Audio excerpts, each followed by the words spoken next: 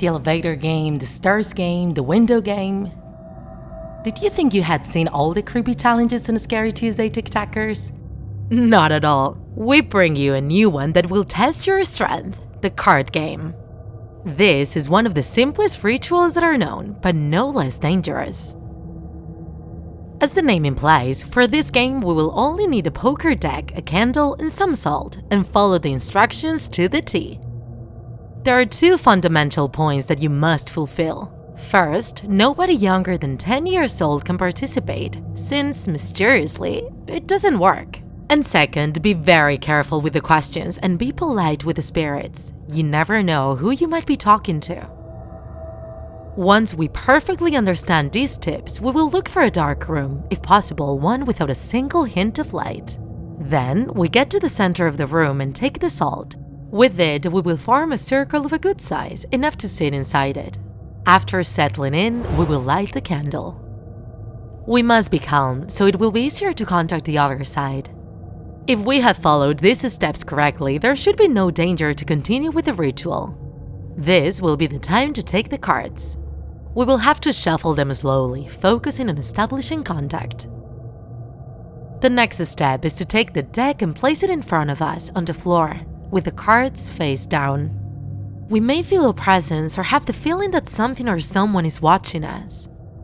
In that moment, we will ask the question, "Are you there?" If we have followed all the steps correctly, a cold feeling will run through our backs and we will know that the game has started. We will take a few seconds to concentrate and feel the atmosphere around us. And then we will lift the first card from the pile. If it is heart, it means that the answer is affirmative and that the entity is present in the game. If another one comes out, it will mean that we have not succeeded with the invocation and we will have to blow out the candle and try again. Then we can start asking the presence whatever we want. But remember what we have told you. It is very important to be careful about what we ask and above all, be polite. We don't want to make the presence hungry. After asking the question out loud, we will choose the next card from the deck, which will be the answer of the spirit.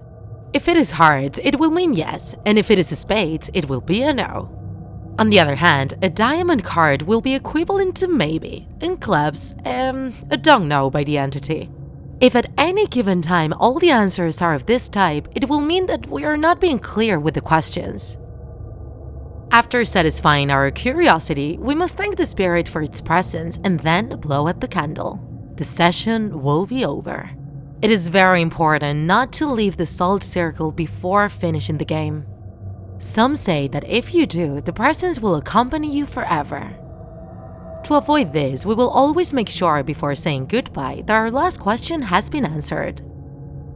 It seems a safe and simple ritual, but for some strange reason, many of its participants end up addicted to it, always wanting to ask about more and more things.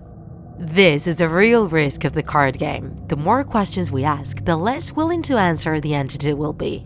And this makes it increasingly difficult to put an end to the session, increasing the risk of getting stuck in it forever. You know that we never encourage you to try these chilling challenges, but if you do, be very careful.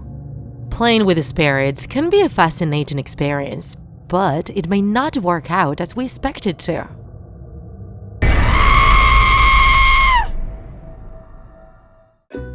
If you enjoyed this video, don't forget to like it, and if you want to see more Draw My Life videos, subscribe to our channel.